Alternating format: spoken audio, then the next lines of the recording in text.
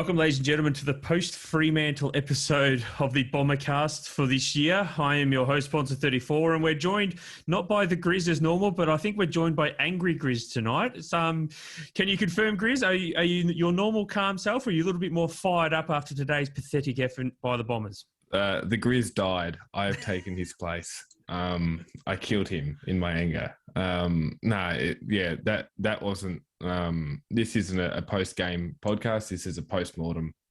This is hot garbage was what today was. But yeah, normally I love jumping on the pod, but man, I'm a bit flat at the moment. That was horrific. Just that second half. Like the first half, I had a bit of hope. I thought, we're hanging in here. Fremantle's a really good defensive team. We're seeming to shut them down really well out of contest. But that second half was just horrendous. Just horrific. All right, so I'm going to jump straight in, and I'm going to start with an area that I think you're probably going to want to fire up about as well, and that is our midfield defensive pressure, because it is just flat out not good enough at the moment. Now, I'm looking at the overall stats here today. They had much more of the balls. They had 36 more disposals than we did, which you'd go, okay, so they were first the ball, that's fine, defense. We had 37 tackles. They had 49. They out-tackled us and out-disposed of us throughout the game today. Now, you don't want to look at it and go, geez, put it down to one player, two players, or anything like that. But I think you need to really do start in the midfield. And that is, you look at Darcy Parish, who laid 2 tackles for the game today. You look at Jai Caldwell, 1 tackle. Andrew McGrath, 1 tackle. Dylan Shield, 1 tackle. These guys are meant to be leading our midfield, and they are showing absolutely nothing when the ball is going the other way. Zach Merrick gets a lot of heat for being a one-way runner, but fuck me dead if these blokes don't make him look like the best two-way player in the game at the moment, because their effort today was just flat out pathetic. There was no interest at all in giving any sort of relief to our defenders, and Fremantle's midfield just strolled in time and time again. It was pathetic. You and I were pretty phlegmatic, I think, and melancholy to start the season. When we thought we weren't going to go that well.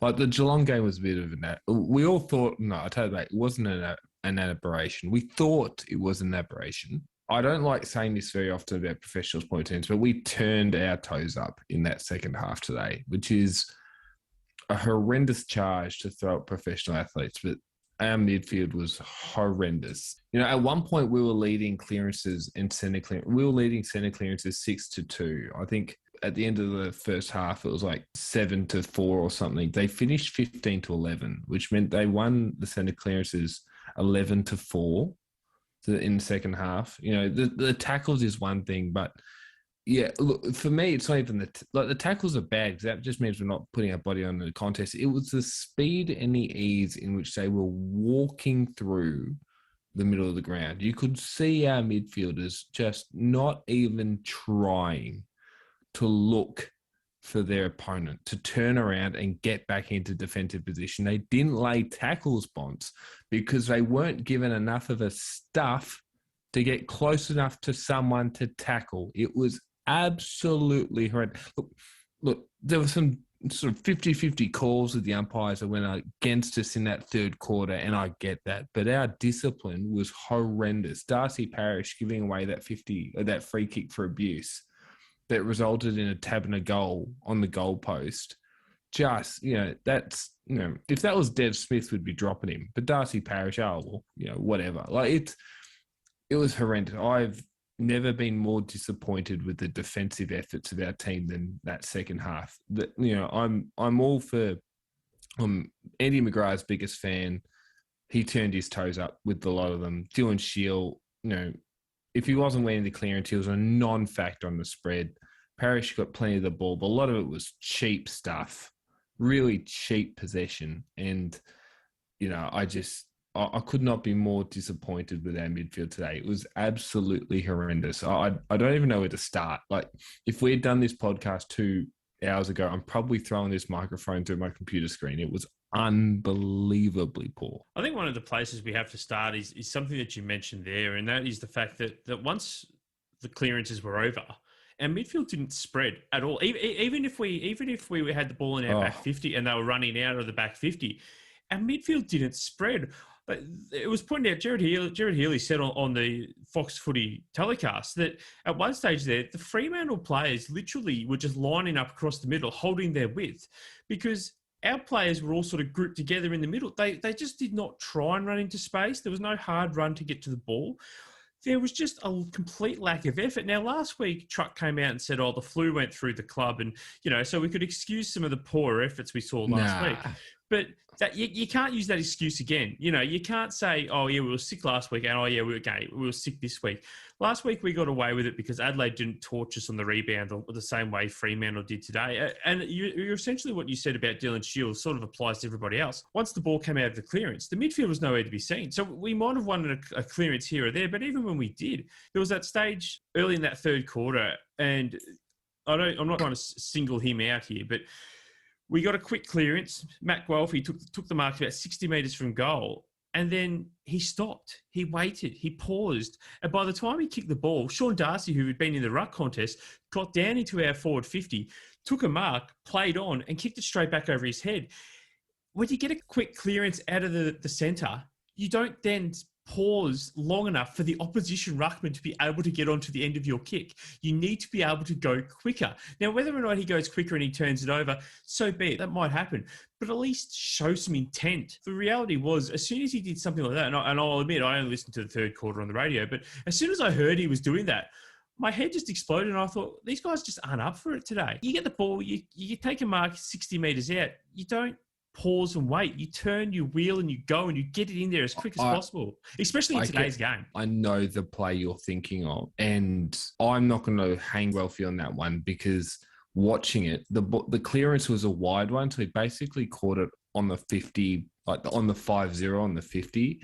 And by that time, guess what, Bonce? 3 Fremantle midfielders had gut run back into defence. They clogged up the corridor, and there are our midfield lining up in the centre of the ground looking for a cheap kick on the cross. Yeah. And Guelphy's looking forward. Guelphy's looking forward, trying to find someone to hit up. And the entire corridor is chocked with Fremantle midfielders. So he tries to kick it to right. And the kick was a bad kick. Didn't have any height on it. Darcy just jumped in front and marked it. But yeah, look, and this is probably something I'm going to rant about later. I've got a few rants in me today, Bonds. But our team selection, I don't understand it. I genuinely don't understand it at this point. As soon as Phillips went down in that first quarter, we looked absolutely short of target up forward. And I don't understand why we haven't got another key forward up there. I don't. But that was the least of our problems. We just couldn't win enough football in that second half. We didn't want enough. And, Truck doesn't say much at press conferences, but I watched it before the podcast. And he did say this. He said, look, Fremantle upped the ante. They upped the pressure, about the speed of the contest, and there was an arm wrestle to join, and we just didn't join it. And we just sort of let them go about their merry way. And that's probably as hard as I've heard Truck go. And if your coach is saying, look, they upped the ante, we had to match them, and we just didn't, and that's really disappointing, that's about as hard as you're going to get from your coach publicly. And I thought, I would have gone harder.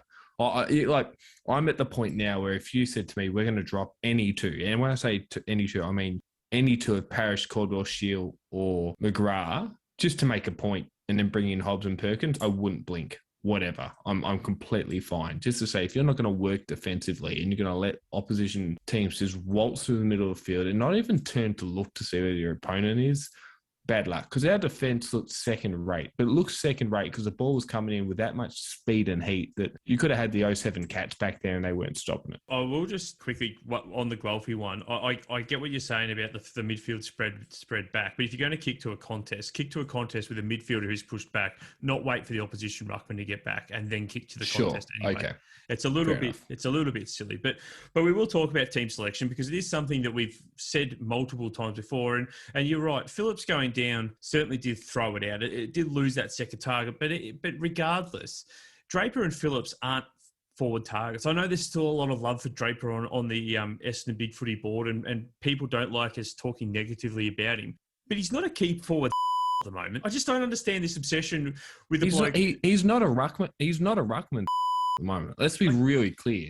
He's absolutely short of gallop at the moment, Sam Draper. Sorry, continue going. So the thing is, and same with Phillips, who tries his guts out, which I think Sammy could learn a lot from in terms of trying his heart out, because Phillips is a limited player, but he plays at his limit the whole time, I think. Anyway, I think he's one of those blokes who just comes in and gives his all regardless. But the problem is neither of them are forwards. And so when you've got Peter Wright, if he's not clunky marks, and today he was half a metre off, and you can blame the delivery, which admittedly was poor, but at the same time, he's got to be able to judge that as well. He can't always have that. If he doesn't always have that clean run and jump, he needs to be able to stop, prop, and hold his ground. The problem is, which is something that we've mentioned time and time again, is Peter Wright is not a number one key position forward. He's a very good number two key position forward who, when he's on, can play that number one role. But today, when he's not on, when the midfield's not on, it clearly showed we are lacking a gun key position forward to take control of the game and to just drag us back in when we need it. And I'm not talking about necessarily kicking goals because, I don't know if you watched the Carlton Port Adelaide game, but I watched Harry Mackay today and he missed a couple of sitters. But late in the game, he got on his bike, he got up the ground, he took some big contested marks.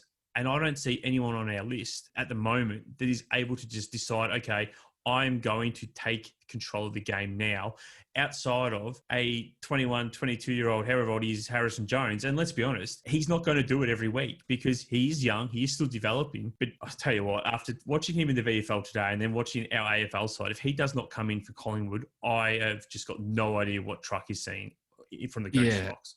Look, with Peter Wright, as soon as Phillips went down, you could see Fremantle shifted their defence. So they went from basically playing back shoulder on him to the centre half back. I think it was Hamling, who was basically playing on. It was Hamling or Brendan Cox. Hamling might not be playing. I think it was Brendan Cox. Basically dropped off Waterman as soon as the ball left the centre clearance. He was dropping off Waterman, and they were sandwiching Wright at every opportunity. And they're doing that because there wasn't another key forward there to draw the attention of Fremantle's key defenders.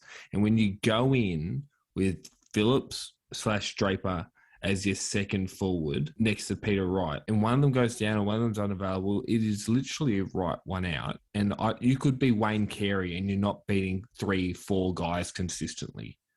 And I'm not saying he's at level. What I'm saying is Peter Wright's at his best when he's 1v1 getting a run at the football. He wasn't able to get that today. He was getting 1v2 with a guy blocking his run. And he's not good enough to overcome that. And we've spoken about that. He's not that level of forward. Harry Jones, well, he looked fantastic. I mean, it was VFL, so yeah. So, and I don't think you are in any denial that it was VFL. So I don't expect him to come in and dominate the same way he did. No, but what he is someone that flies at the football in a way which draws the attention of opposition defenses. So if you're Brendan Cox, you can't drop off Jones like you do Waterman, like you do Smith, like you do any other guys he was lining up on. Archie Perkins, for example. You can't drop off him in the air, Harry Jones in the air like you do with those guys, to go peel off on Peter Wright. Because if that means someone switches onto Harry Jones and he's got the height advantage, good luck. But my thing with Harry Jones is, it's his first game back. He only played about 60% game time. Big step up to playing a full game of AFL. I know it's an ankle, so it's not like he's coming back from a soft tissue injury, but that's how you do a soft tissue injury. But yeah, I don't know. For me, the people who were receiving the entries inside 50, Waterman kicked a couple of nice goals, but he's not a key forward. He's, a third, fourth, fifth type forward. It was the midfield. Our midfield was horrendous today, and our defense looked poor because there was no pressure coming on the footy. The commentator said it ad nauseum. Fremantle forwards were getting whatever they wanted, whenever they wanted. Yeah, they kicked 4 goals, 3 from free kicks, but you know what? That's because our defenders were under pressure and they gave away free kicks because it was the only thing they could do. The ball's coming in at 1,000 miles per hour as often as it was. They're going to give away free kicks. I mean, and I'm at a point now where we're 1-4. We've got Collingwood next week. We might win that, but then after that, it's the Bulldogs, Sydney, and then Hawthorn, I think, or I might have got those games wrong. It might be Bulldogs, Hawthorn, Sydney. We might win 1 or 2 of those, and we might be okay. We're 2-6 instead of 1-4. But yeah, I don't know. I have a question for you. Watching the VFL today, I really liked Cody Brand. I thought he didn't intercept all that much, but his 1v1 defending, his closing speed, ability to get a fist in was pretty good. And so I'm sitting there going, if we're not making the finals this year, how much worse is Brand or McBride or Reid going to do than Zerk Thatcher? That makes sense. I just don't know at this point. And Baldwin kicked 5 today. I would still have Jones ahead of Baldwin, but if we're going to bring in a key forward next week, I don't even know what's happening with Aaron Francis. Like I'll let you speak because I've been raving for a while. But Kane Baldwin was the emergency this week, coming off a concussion. Francis kicked 3 last week, and he's not even in the squad. What the hell is happening there? Yeah, I don't think Aaron Francis knows what's going on with Aaron Francis at the moment. And to be honest, I think I still say we're underutilising him. I know there's a lot of discussion that his tank's not up to it and he's been disappointing. And look, he has been disappointing. But, as you said, he kicked 3 last week. And then today they were flopping him from end to end. The bloke's just not getting a settled run. I was so excited for him in the preseason because it looked like they'd finally locked him into a position. But now it doesn't look like that at all. Like now they look like they've switched him around to the VFL. So the bloke's probably got no idea himself what's going on. Do we bring in Cody Brand? I don't see why not. I do look at today's game and go, well, Laverde got unfortunately taken to the cleaners a little bit. Zerk Thatcher, I'm still a big fan of Zerk's defensive work, but he just doesn't offer anything the other way. And of course, we did give up 8 goals to Taberner today, which is an Essendon special. I think you pick a player and dominate. He's one of those guys that just always plays well against us, and then he plays next week, and you go, "How the hell did he kick 8?" I said he kicked 8. He actually only kicked 7, so I gave it away a little bit. Yeah, I know. It makes all the difference in the world, doesn't it? Yeah, absolutely. So you're 100% correct. I suppose the problem we've got now is we drop Zerk for, say, Brand, or do you drop Laverde?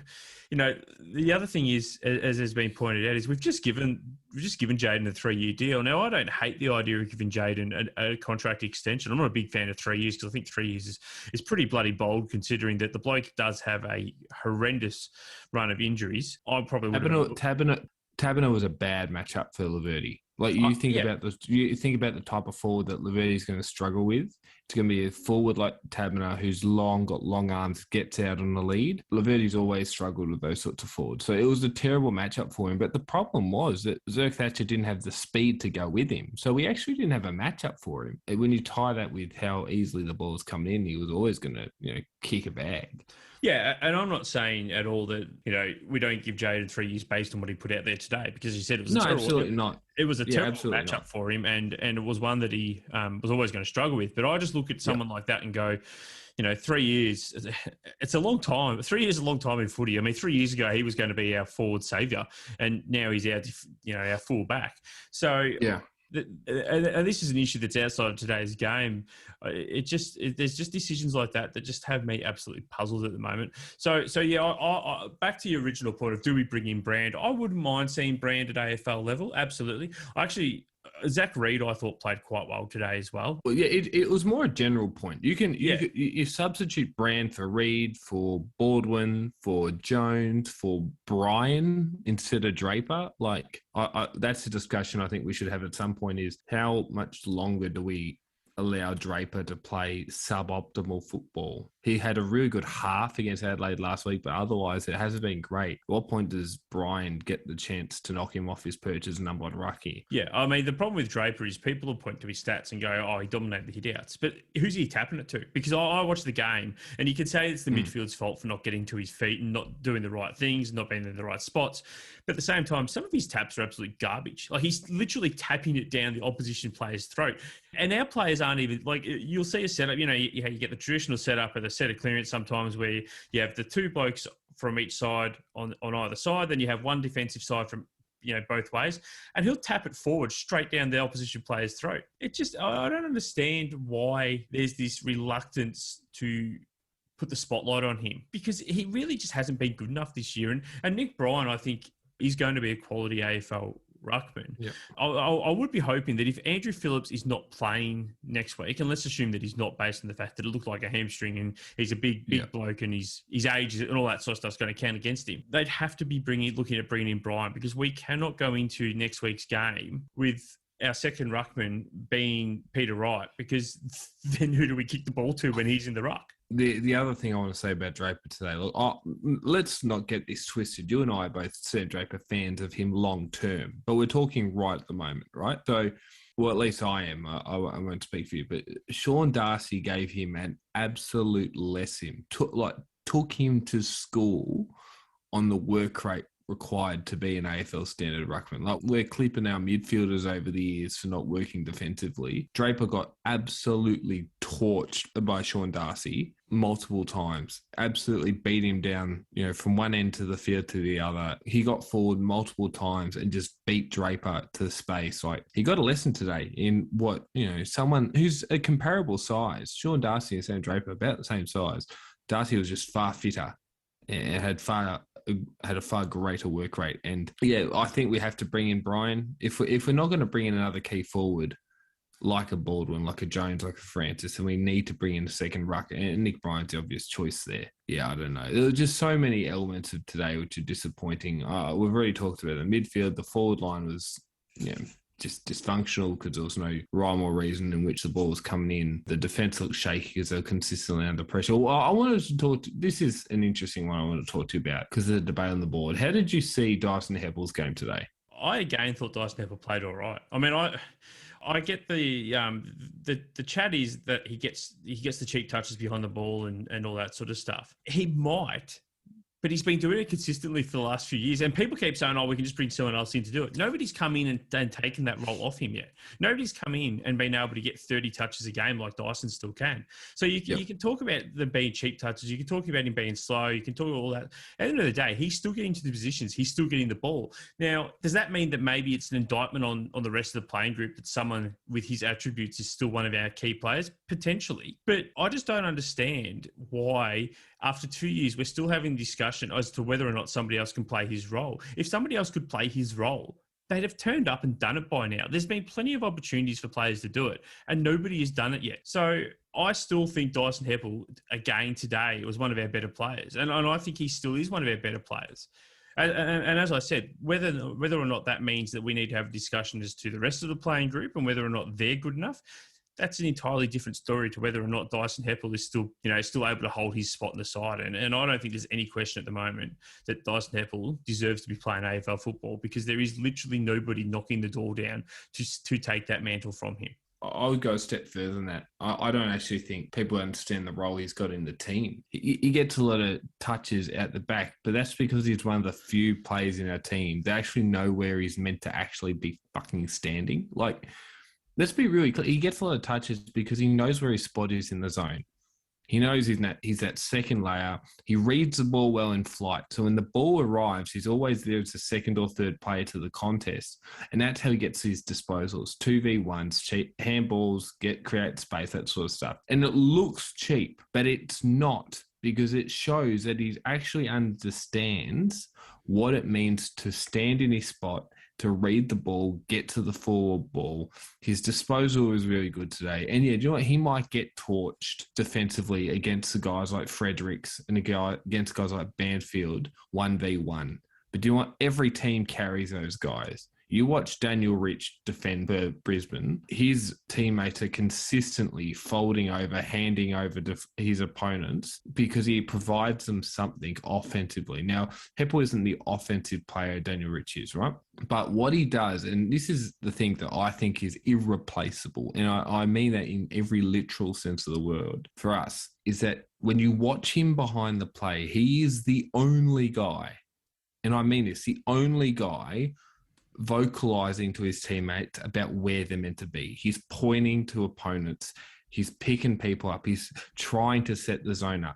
There is no one else doing that at the moment, right? Jordan Ridley is too introverted to do it. Jane Laverty is flat out still trying to learn to be a defender. Redmond and Hind are too far up the field half the time. He's the only guy back there, it seems, who knows what's meant to be happening. You take him out, we would look even more shambolic behind the football than we do at the moment. And so until someone magically is able to develop the respect he has in the group, is able to understand the zone at the competent level, to actively participate in it appropriately and point out to others where they're meant to be, and then take his spot in the team, I'll wait here for that. But I haven't seen a player willing to do that at the moment. And so it looks like he gets cheap touches, but that's because he's the only guy doing his job in the zone, folding over when he's meant to be, creating overlap. And yeah, he might get burnt one-on-one from time to time, but I'd rather that guy be in my team than a guy who doesn't know what he's doing, who might be a little bit faster. Is he a top 10, top 5 player in our team at the moment? No. but I don't think he's anywhere near as droppable or as culpable for the results as people seem to think he is. One more thing before we move forward to the Collingwood game next week. Quick question to you. Were you disappointed today in the way that the truck coached?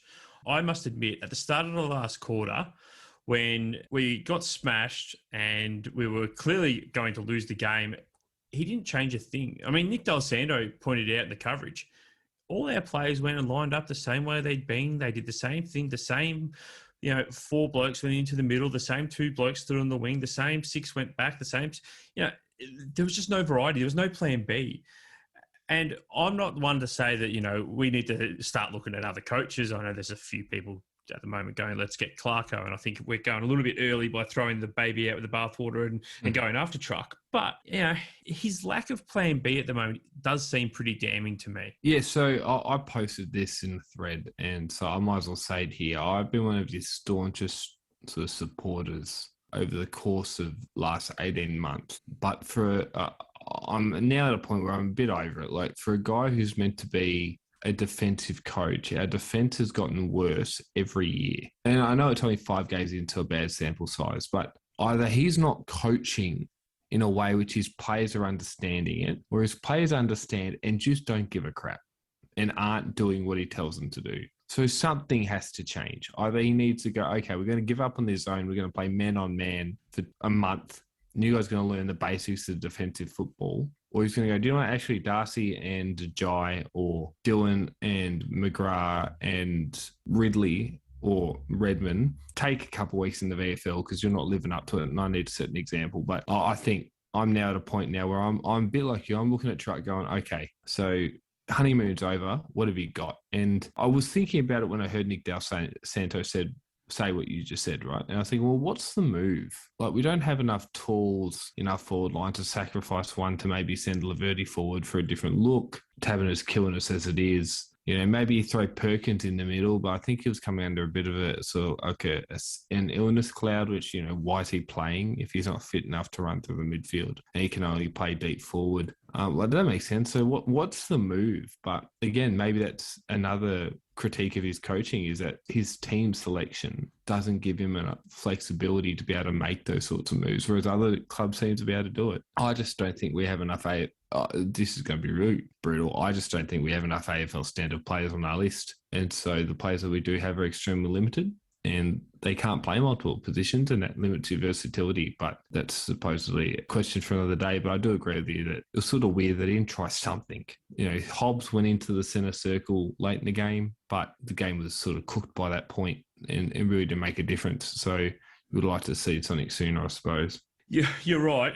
There is a lack of versatility amongst the players. And to be honest, it's a little bit amusing because I think if we do reflect back on the preseason, yourself and Rowan Conley and of course I did as well, all sort of said that Essendon's finally starting to get some depth, and 4 or 5 games in and it's been exposed. But we'll turn now to the Collingwood game, Anzac Day. Sorry, just on that.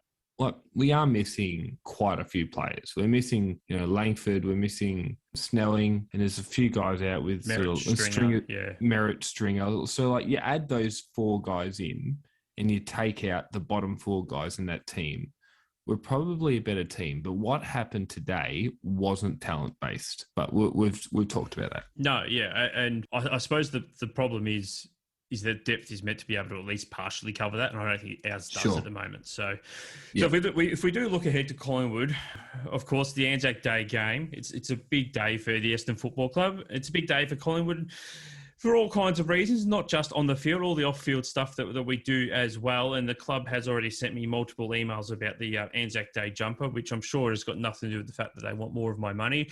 I did laugh at the fact that they sent out that, you're a member, you're in the draw for $150,000 that we're giving away. Oh, by the way, spend another $50 and we'll get you another entry into the draw. I mean, honestly, I'll admit I did read that and go, if only our players are as good at getting after the ball as the club is getting after their supporters' money, we'd be a much better football club. But Kane Baldwin's one. I think you're right.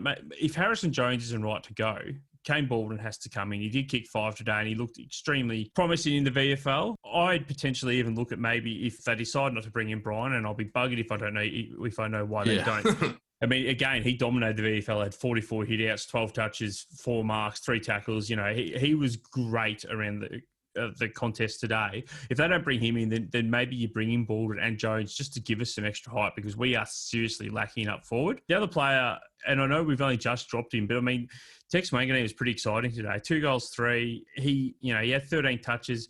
He also laid 4 tackles. He looked a lot better than he ever did at AFL level. Is the VFL his peak at the moment, and do we leave him there or do we bring him back up straight away? I'd be tempted to see what he can do on an Anzac Day in front of a massive crowd, because I'm going to walk back from my comments on Tipper last week. After watching him today, I agree with you. I don't think he's anywhere near ready for the AFL, and bringing him in would be a massive mistake. But at the same time, I could very easily see us doing that this week.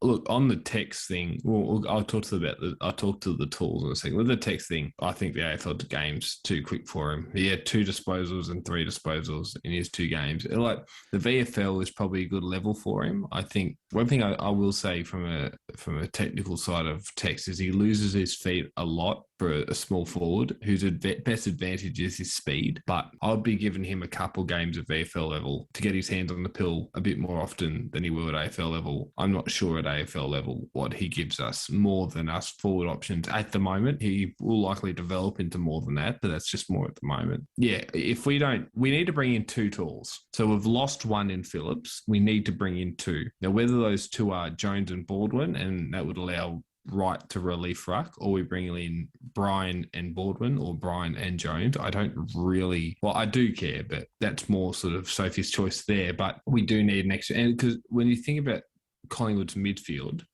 and when you if you don't run 2 ways against Collingwood midfield, if you give to Goey, you give Pendlebury, you give all those sorts of guys free run to the centre of the ground, it is going to be a lot worse than 50 points as a margin. And, their ruckman, they've got, a top 3 ruckman in the game in Brody Grundy, and they've got probably the best relief ruckman in the game in Darcy Cameron as a second, ruck forward.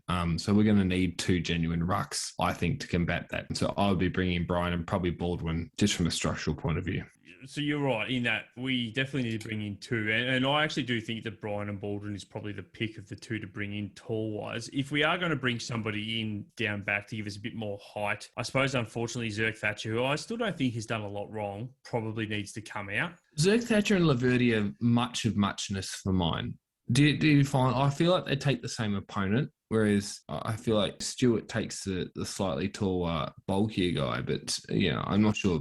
Yeah, anyway, what you're saying. Yeah. Look, I think you're right. I do think that Zerk Thatcher and Laverde are fairly similar in their play. I just think Laverde's probably got better disposal by hand. He's a little bit more secure with ball in hand. He's able to read that flight just a little bit better than Zerk Thatcher. I mean, I think Zerk very much needs to have his opponent lead him to the ball, then he can punch it away, and that's great. And he's very much a traditional fullback, but at the moment we don't have room for a player like that in the side alongside Jaden. So, I'd probably be bringing him, as you said earlier, Brand or even Reid. I'd love to see Reid get another crack, because we did throw him to the Wolves last year for his debut game. Yes, we did. And he didn't disgrace himself. So it'd be great to see how he goes against a spud like Mason Cox, who, having said that, will probably turn up and kick 4 goals on Anzac Day, because why not? We'll play him into form. And you did mention Brody Grundy as well. Brody Grundy has been horribly out of form as well. He was pretty average against what I think is not a great ruck combination in Oscar McInerney and Darcy Fort on Thursday night on the Easter Thursday game that they played. And he hasn't been in great form. So again, watch him just turn up, and we'll play him in a form as well at the moment. And it's very defeatist attitude from me, but I just don't see a lot of positives at the moment. It's incredibly frustrating, because I understand and I stand by my comments that this year is all about, and I don't want to use the word, but I'm going to use it anyway. It's all about the learnings, because it really is. We are still a young side, and we were never going to win the flag this year. But just the lack of effort today deflated me. It's, because you look at it and you go, okay, the games against Geelong, as you said, we all thought that was an aberration. We wrote that off. The game against Brisbane, Melbourne, well, they've belted teams. So we looked at that and went, we stuck with them. Maybe we weren't so bad. The game against Adelaide, they beat Richmond. So again, we beat Adelaide. Maybe they're not as bad as what we thought. And then we turn up today and put that absolute shit heap of a performance in that second half. Yeah. it's just deflated me. And look, I apologise to the listeners because it's not fun listening to two blokes basically bag the side out for 40 minutes, which to a degree we've done. I think it's been constructive a little bit, but it's also there has been a fair bit of ranting going on here, Grizz. It's catharsis for everyone. It is. But yeah, I just want to add, like we said the other thing, and I made the point when we had the podcast with Rowan that this year was about learning about players. We have a lot of players on our list that we just don't know and that we don't know. Are these guys long-term players? Performances like today, we learned something about them. Okay, when the heat's on, your toes turned up. Next situation that's like this, what are you going to do? The jury's out. And quick question to you: Are you dropping any of the 4 starting midfielders, being Parrish, Caldwell, Shield, or a McGrath on today, or are you giving them a chance to redeem themselves? The problem is, I don't think you can drop them because I just don't know who else comes in. I mean, Hobbs can go in there, but that's, put Hobbs in against Pendlebury side bottom to Goey, Taylor Adams on Anzac Day is a massive ask. It's a huge ask. And okay, throw him to the Wolves maybe and have a crack, but I just don't see anybody else that can come in. If Merritt was playing and you could have, one, because I look at the midfield and go, okay, so you've got the 3 starting midfielders, then you've got one bloke who will run through there as a change. Outside of that, we don't really have anybody else that can go in there at the moment at the coalface that I think is going to be anywhere near good enough against Collingwood's midfield, which their midfield's not brilliant, but it's not the Pendlebury side bottom of old, but it's still a very good side. So no, I don't think you could drop any of those guys at the moment because, I mean, apart from putting Hobbs and Perkins in there, which is, maybe we do that, but I just don't think as a supporter base that we're going to be satisfied with what we see if that happens. Because I do think that selections, as much as it comes down to sending a message, selections do come down about appeasing supporters. And whether or not AFL clubs admit it or not, and they'll say they don't, they'll say they ignore the external noise. They absolutely don't. And I think if we put our youngsters into that midfield on Anzac Day and get torched, there will be people coming for Truck's head a lot more vehemently than they are at the moment.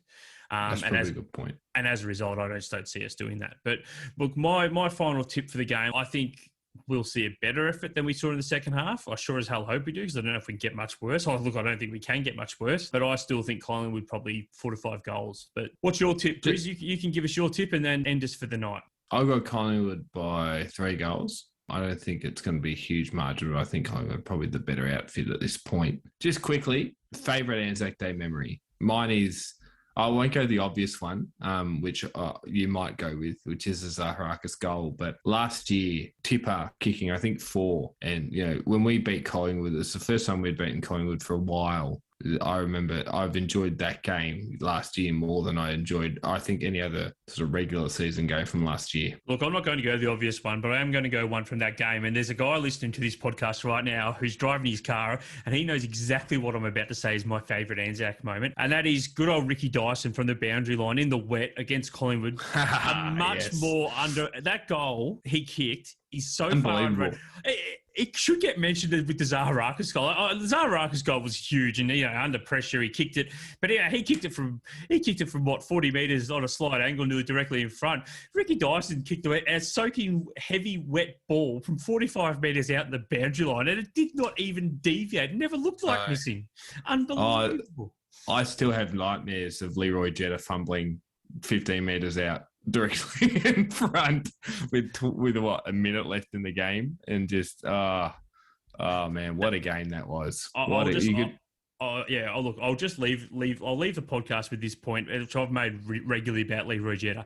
The last 5 minutes of that game summed up his career perfectly. He kicked a goal and looked amazing. He then made a tackle and should have got a holding the ball decision. It didn't go his way 15 metres out directly in front, which he wouldn't have missed. And then he had the chance to win the game and stuffed it up. It was just it was the so close for Leroy Jetta. He looked at like $1 million 1 second. He was robbed the next, and then he looked absolute shit house the third. It was the summary of his career in about 5 minutes. But that will do us this evening, Grizz. It has been cathartic, as you said. It's been a bit of a rant, and we've had a little bit of a smile at the end of the podcast to try and lighten the mood. But hopefully this time next week we'll be able to have a good chat about the famous win against all odds on Anzac Day. Yeah, we're not without a chance, but we'll need a better effort today. But thanks for having me.